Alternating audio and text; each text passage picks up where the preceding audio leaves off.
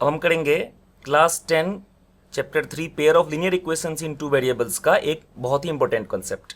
और कंसेप्ट क्या कह रहा है कि comparing the ratios of coefficients. Means कि अगर हमें कोएफिशिएंट्स को कंपेयर करना हो, जैसे कि यह पहला इक्वेशन है a1x plus b1y plus c1 is equal to 0, and second क्या है a2x plus b2y plus c2 is equal to 0।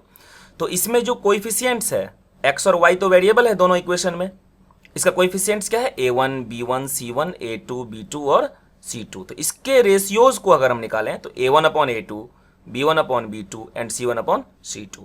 अगर हमने यह निकाला और इसको कंपेयर किया मीन्स यहाँ पे कुछ वैल्यू होगा, जैसे कि मान लीजिए एक हमने दे देता हूँ मैं, एक क्वेश्चन है मान लीजिए कि 2x plus 3y plus 4 is equal to 0, यह पहला इक्वेशन है।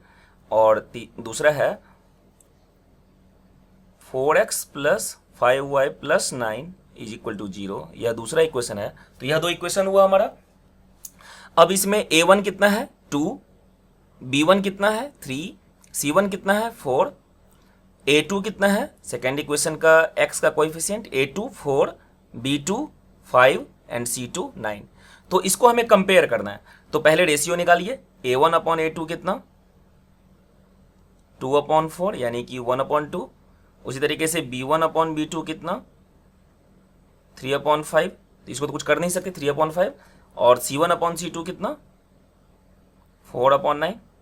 ठीक है, तो सबसे पहले क्या करते हैं हम a1 अपॉन a2 और b1 अपॉन b2 को कंपेयर करेंगे।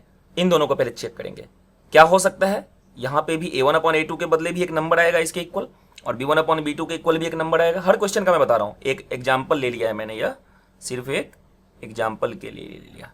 ठीक है, तो अगर यह दोनों इक्वल हुआ या इक्वल नहीं हो सकता है, तो पहला केस हम मानते हैं कि यह दोनों इक्वल नहीं है। तो क्या होगा a1 upon a2 is not equal to b1 upon b2।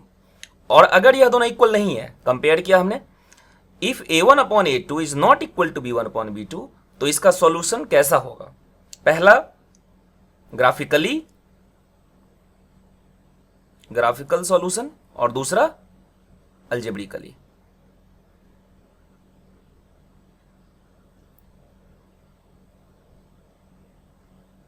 ठीक है, तो if a1 upon a2 is not equal to b1 upon b2, तब जब हम इन दोनों लाइंस को प्लॉट करेंगे ग्राफ पेपर पे, तो क्या होगा ग्राफिकल सॉल्यूशन कैसा होगा, यूनिक सॉल्यूशन, यानी कि intersecting lines.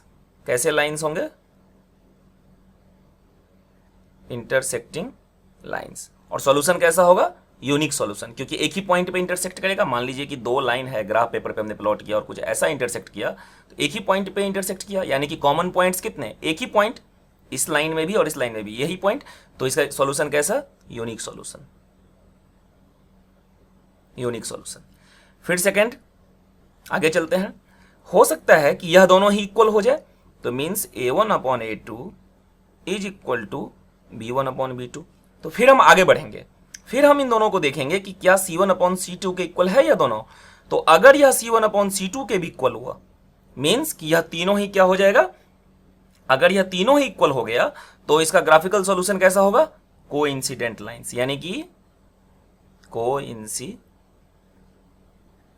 Lines.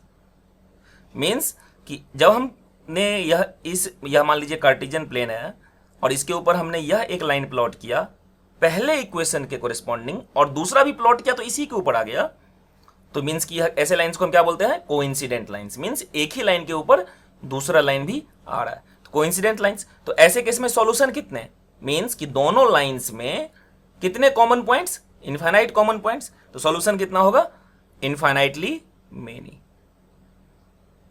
Infinitely many solutions. और थर्ड केस क्या हो सकता है कि जब a1 upon a2 is equal to b1 upon b2 था, तो यह c1 अपॉन c2 के इक्वल ना हो। मीन्स यह दोनों तो इक्वल हो, लेकिन यह दोनों इक्वल आपस में हो, इसके इक्वल ना हो, यह बिल्कुल तीसरा कुछ नंबर आ जाए। ठीक है, तो ऐसे केस में क्या होगा, पैरेलल लाइंस। लाइंस कैसे बन जाएंगे, पैरेलल। और अगर मान लीजिए कि यह, जैसे कि देखिए यह कार्टेशियन प्लेन दिया हुआ है, इस पे एक लाइन तो यह हमारा आया और दूसरा भी कुछ इसी तरीके से आ जाए, जैसे कि मान लीजिए यह ऊपर में आ गया या नीचे आ गया या कहीं भी आ गया, कुछ भी आ गया, यह क्या हो गया, पैरेलल हो गया। तो इसमें कितने कॉमन पॉइंट्स, एक भी नहीं, इधर भी कहीं जाए चाहे इधर भी कहीं जाए, कहीं पे यह एक दूसरे को इंटरसेक्ट नहीं करेगा। तो कैसे सॉल्यूशन इसके, नो सॉल्यूशन।